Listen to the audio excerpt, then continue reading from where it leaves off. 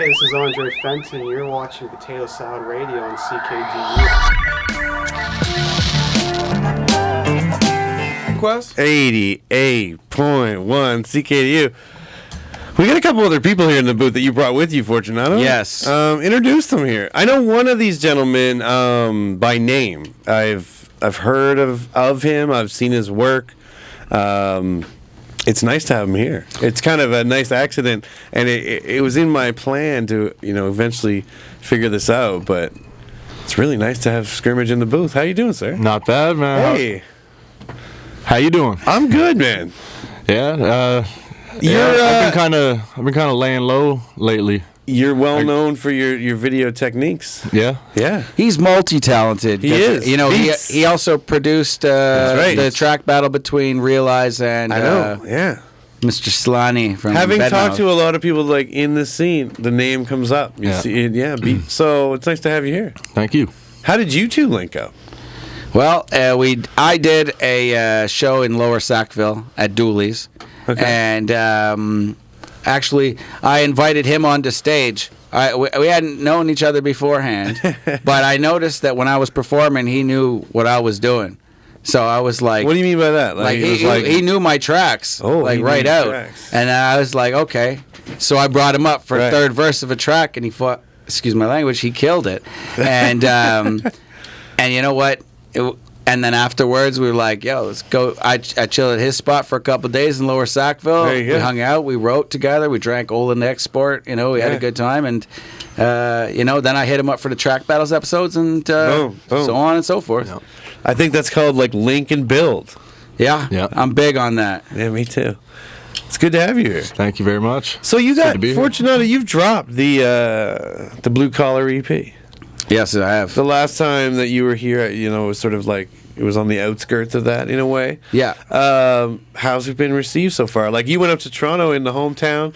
Yes. Did a big thing for the release. Yeah. How'd that go? It looked like it to me, like observing on social media, it looked like it went well. Yeah, it did go really well. The timing was perfect. It was in Kensington Market. Supermarket's a great venue. UrbNet was involved. I had Maximum Radio FM involved as well. I had the Academy and a bunch of different people just promoting the event and making sure that it went smoothly.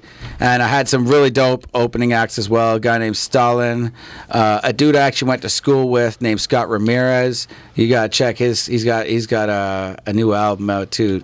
Trust me, Scott Ramirez sounds like a common name, but check it and you'll find it. Like Monte Carlo, that's the name of his album. Scott Ramirez, Monte Carlo. That's a dude I went to school with. All He right. opened for me at my show, and he's sick, dude.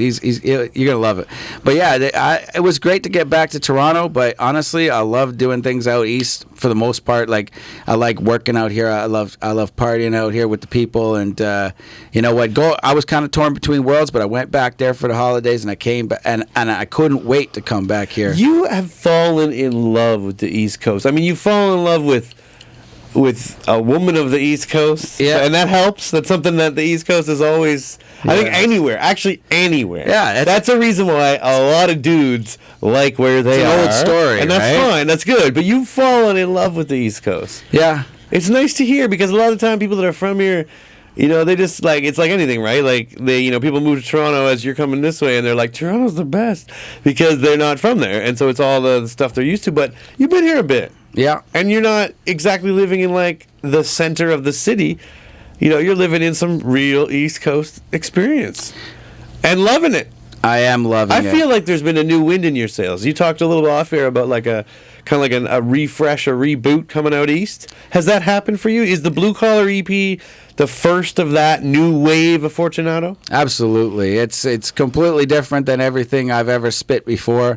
I felt like a lot of my stuff was like unnecessarily aggressive and it was misdirected. There was anger, but I don't know if it was because of Angerville not existing anymore or what was inside of me. But then with the Blue Collar, it was just straight real life experience. Yeah. Just, and that's and the way I look at the rap game and everything, I was just like, this is exactly how I feel. This is exactly what I'm dealing with, and I'm finally rapping about. I'm not just this make believe kind of stuff. It's cool to do that, but I think I really needed to get down to myself, and the East Coast helped me do that. What do you think it is about the East Coast that does that? Jeez, I think the people are a huge part of it. Right. Just the way that people treat each other out here. You know, like for instance, I got a flat tire in Shediac, and there was a worker for New Brunswick Parks, and he came, and dude just gave me a loonie for the freaking pump. Because I put quarters in, the quarters didn't work, so dude just gave me a loonie. And I'm like, you know what, if this was Toronto, you would have been SOL. There would have been no chance.